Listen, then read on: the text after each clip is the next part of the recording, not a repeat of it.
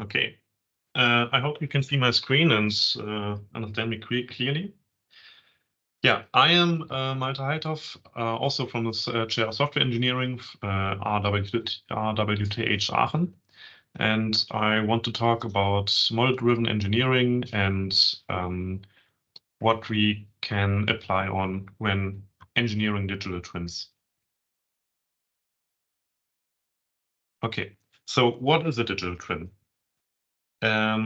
We know there's a lot of definitions for digital twins. So we came up with one that I will apply on in this talk. And so for us, a digital twin of a system. So first of all, there's a system, an original system that we refer on. A digital twin of a system consists of a set of models of this system, a set of digital shadows, and both the models and the digital shadows are purposefully updated on a regular basis. And we provide, and the digital twin provides a set of services to use both, so the set of models and the digital shadows purposefully with respect to the original system. And this is the one direction. The other direction, the digital twin interacts with the original system by providing useful information about the system context and sending it control commands. And if you're not familiar with the term of digital shadows, it's basically a set of contextual data traces and their aggregation and abstraction.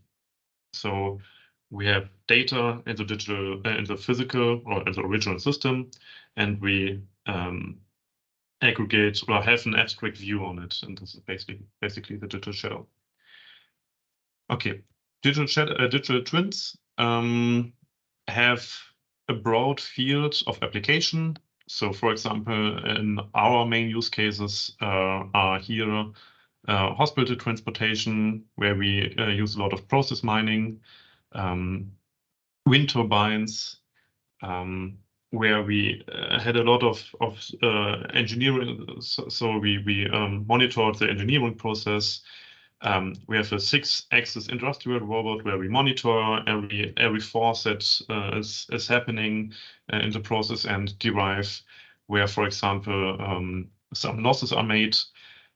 We have injection molding, for example, where we optimize the process during runtime, which is a huge benefit of digital twins.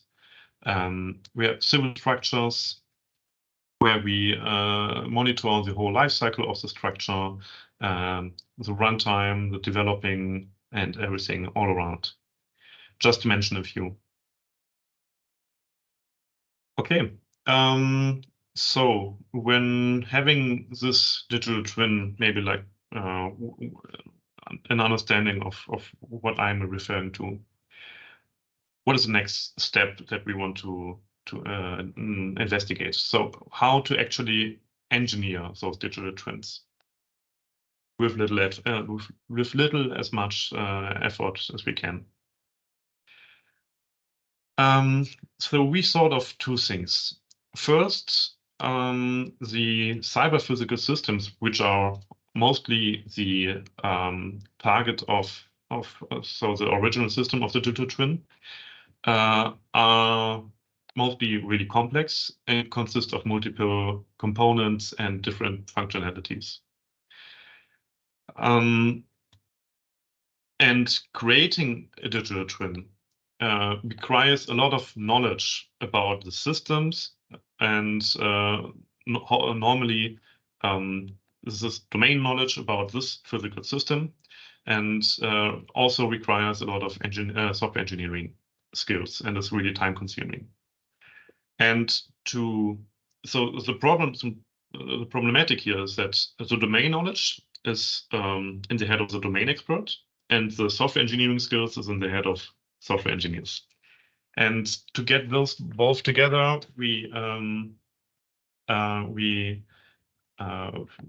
draw two approaches. First of all is to reuse engineering models that are created during the design time of the system. So if we design a physical system, we have a lot of, for example, 3D models that of the different parts.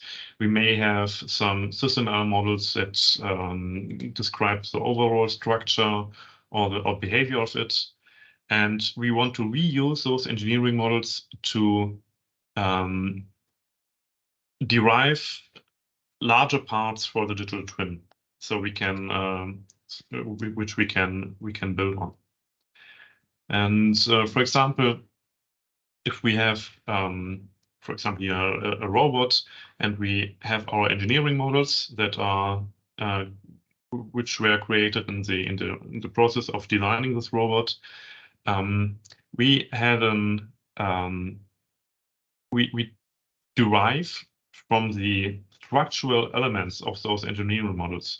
We can actually derive which data is happening, which data can be monitored in this physical twin. And if we do that, if we derive, for example, a concrete database model, and we connect it with the actual runtime data, we can actually derive a lot of digital twin functionalities. For example, we can derive the actual digital shadows, which are the data traces. We have seen in the previous talk how we can derive larger parts for a graphical user interface, for example, an information system with class diagrams, for example, how we did it with Makoko. And we can derive the databases for different digital twin services, which are the main functionalities that a digital twin can offer. Exactly. So we can derive, first of all, we can derive from those database models. We can derive larger parts of the digital twin cockpit, as we have seen. So MontyGem here in this thing is the generator that stays behind the system that we have seen earlier, Makoko. And we can derive from class diagrams, from GUI models, OCL, and so on. We can derive larger parts of the graphical user interface that we can work on. Okay, this is the one part that we can focus on. The other one is so digital twins are configured and operated by shop floor experts, right? And the actual developing is done by software engineers. So we came up with a process or with a concept to have a low-code platform in a two-step generation process. So there are software engineers that create a low-code platform for the domain experts that then again configure their digital twin. And yeah, let's actually have a look on this here.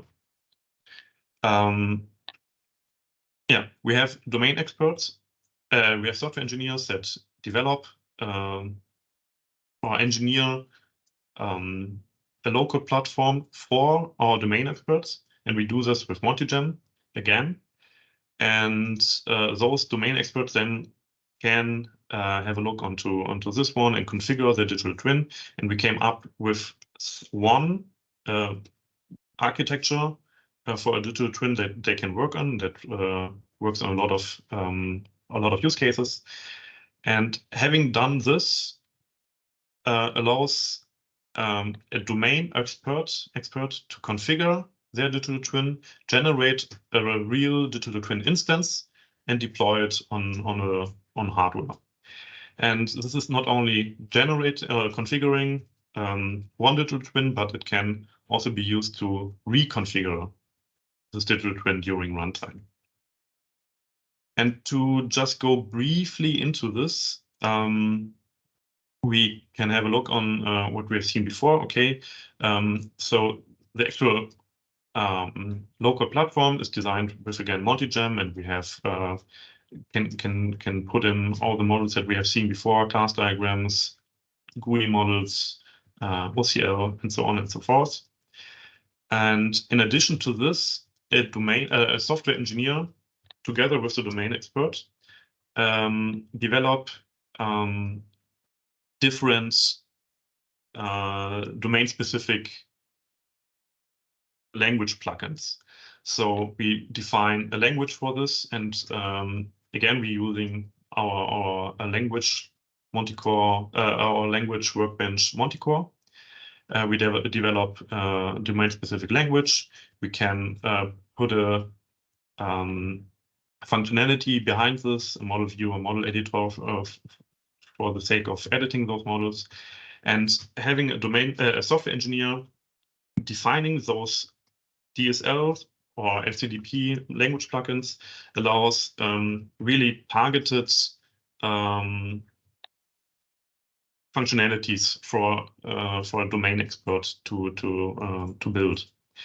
And having a look on just a few, we developed a little tree. And for example, we try to in our architecture, we monitor the current state and then evaluate it. And based on the evaluation, we have certain steps to take. And this is done in the reasoning component. And we developed here at the chair, for example, the PDDL language or the case-based reasoning that the domain expert hopefully just can enter and enter a few cases and understand it by their domain knowledge. And yeah, and this have a really targeted domain knowledge transfer. This is done here in this platform. And after this, we can, so the domain expert configures their digital twin and then deploys it on a machine, for example.